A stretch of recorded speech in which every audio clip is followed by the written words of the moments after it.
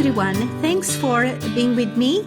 This is a different video today, and I hope you will enjoy it. My husband and I are on a short trip towards the interior of my country to get some salt. That is right, salt. The thing is, our pool has salt water in it, and in the cleaning processes, large amounts of water are discarded over the year. As we replenish those amounts with normal tap water, we must add large amounts of salt every summer to keep the right levels. Today we are buying 125 kilos of salt, which is roughly 275 pounds. The thing is, we live on the coast, but we are buying our salt 50 kilometers, which is around 30 miles, away in the countryside. That might seem odd, but the thing is, we are buying our salt at the rocky salt mine. And we are arriving now. While my husband is purchasing the salt, let's approach the working areas and see how it looks. I come here every year, but I always like to watch. As you can see, the process is rudimentary and similar to that used in seaside salt flats. There is only one difference is the picturesque valley that surrounds these mines and the fact that the salty water is taken from a well, as we will see later. But you probably are thinking how such salt water makes it to a spring 30 miles from the sea. This area is situated in a valley in limestone mountains, and as you know, limestone regions have many fissures in the rocks, which enables the rainwater to penetrate, forming undercurrents. One of these undercurrents passes across a very extensive and deep rock salt mine, which was formed millions of years ago and occupies an underground area of about 100 kilometers, which is 60 miles roughly, give or take. In consequence, this water is 7 times saltier than the seawater. The water is extracted from a well in the center of these pans. I hope I can take you there in a while. And once the salt water is extracted, it is exposed to the wind and sun, which evaporate the water, leaving behind only the salt. The salt is stacked into these pyramid-shaped tables to dry out completely until it is ready to be stored.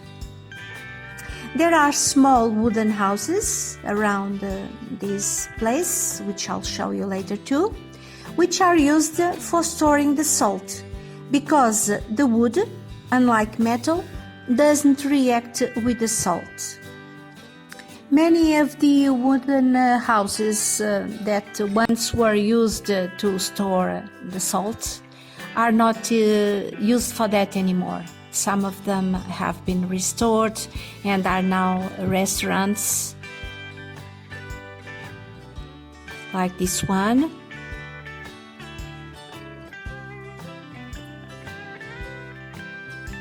And now I must find a way to get to the well.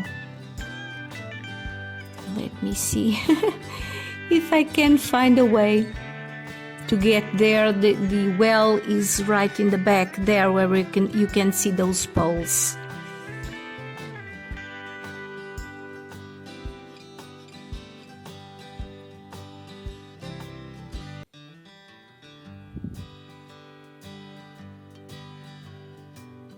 I find this so interesting.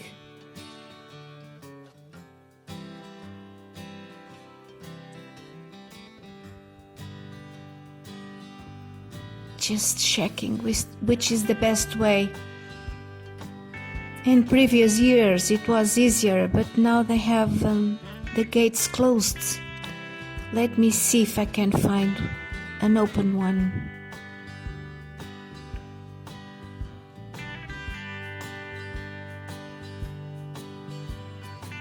I guess I found one.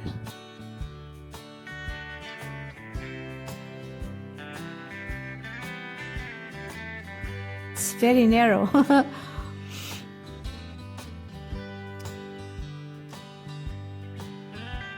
This is it.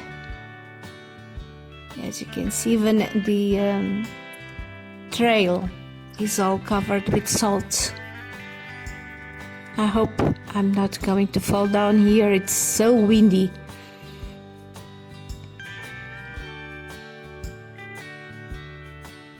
And there we go, almost there. We can see these hoses along the way. These are the hoses that are used to fill in the pans.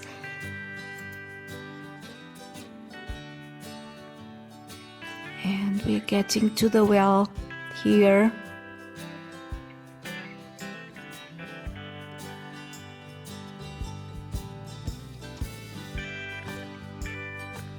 There we go. You see the water there? In older days, the water was taken day and night by the means of two buckets attached to two wooden rods. That was then the most hard work of salt extraction. Nowadays, the salt water is taken from the well by means of a motor pump.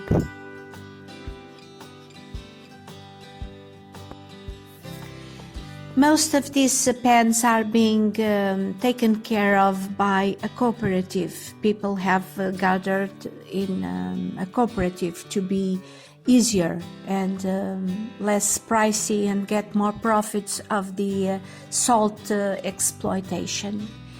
And I can also tell you that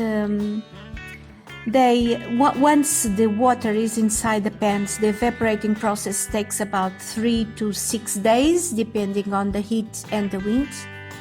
This means that each pan produces salt weekly. And the salt is put together in those tables with iron shovels, which once were wooden. And they are put to dry for 60 hours approximately. Afterwards, it is taken on a wheelbarrow or in sacks to a dumper, which takes it into the cooperative wooden houses. This is one of the largest cooperative storehouses, and you can see how what a large amount of salt they have here.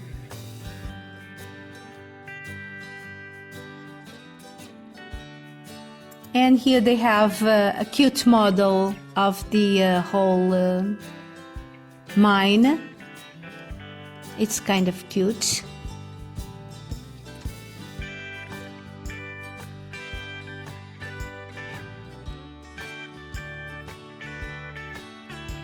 And they have the display of several items for those who want to buy. Small sacks of pure salt from the mine.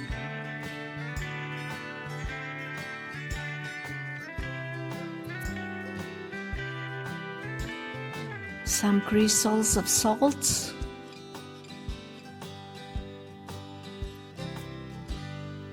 They make these things out of the salt, which is hardened some way.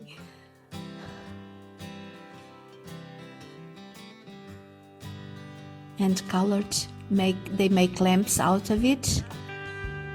They're kind of cute.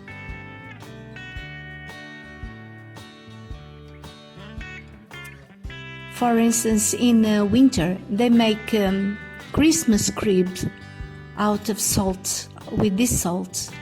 and they have a contest. That's quite interesting for those who like that kind of things.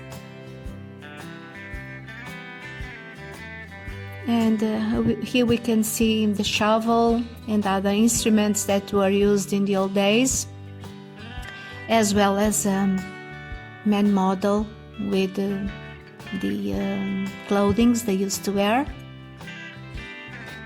I am showing you now some of the old houses which used to be storage rooms for the salt. When the pans were exploited individually by private owners.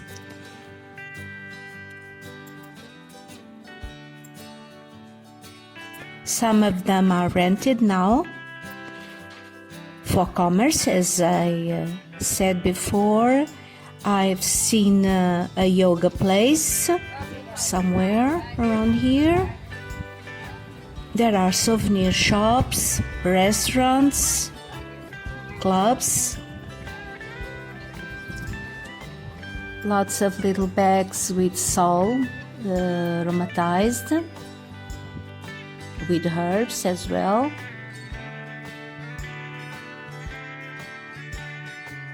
These are the typical windmills we can see in Portugal, especially in my area. Lots of beautiful plates, hand-painted. You name it. The usual stuff. Paintings.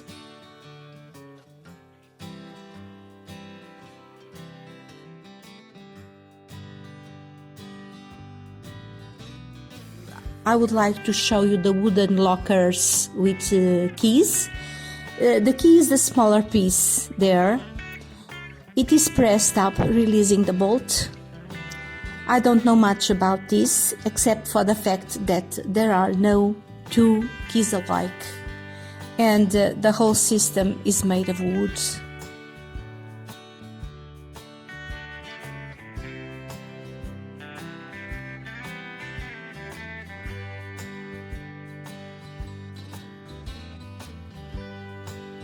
And now here we come to the street where the restaurant we usually have lunch.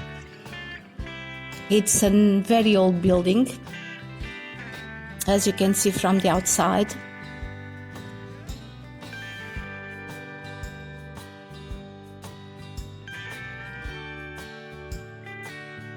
Here we can see some pots with succulents in great need of a bit of water.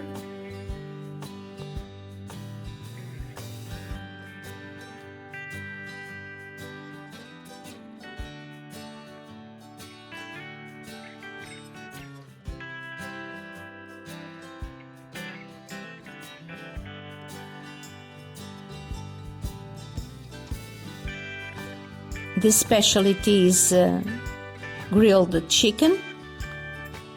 I like the chicken they have there to make it publicity of the restaurant. And I like it inside. It's all made of wood.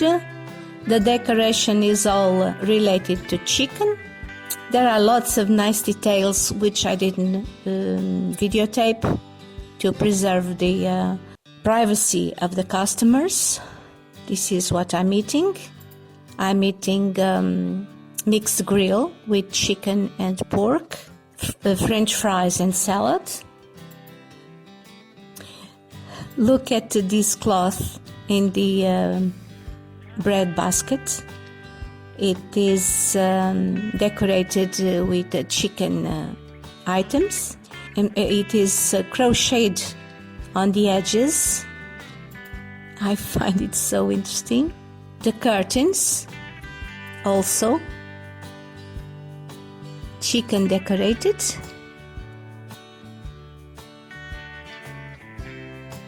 Even the tablecloths have chicken motifs.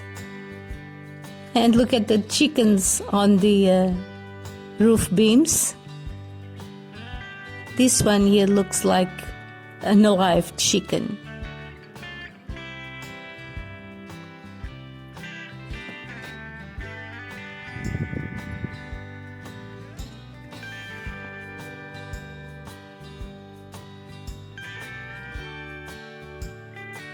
Washing your hands in the old days was like this. And this is the salt we bought. We close the van and back home. I hope you have enjoyed this video, a bit different from usual. And I'll be seeing you next time. Bye.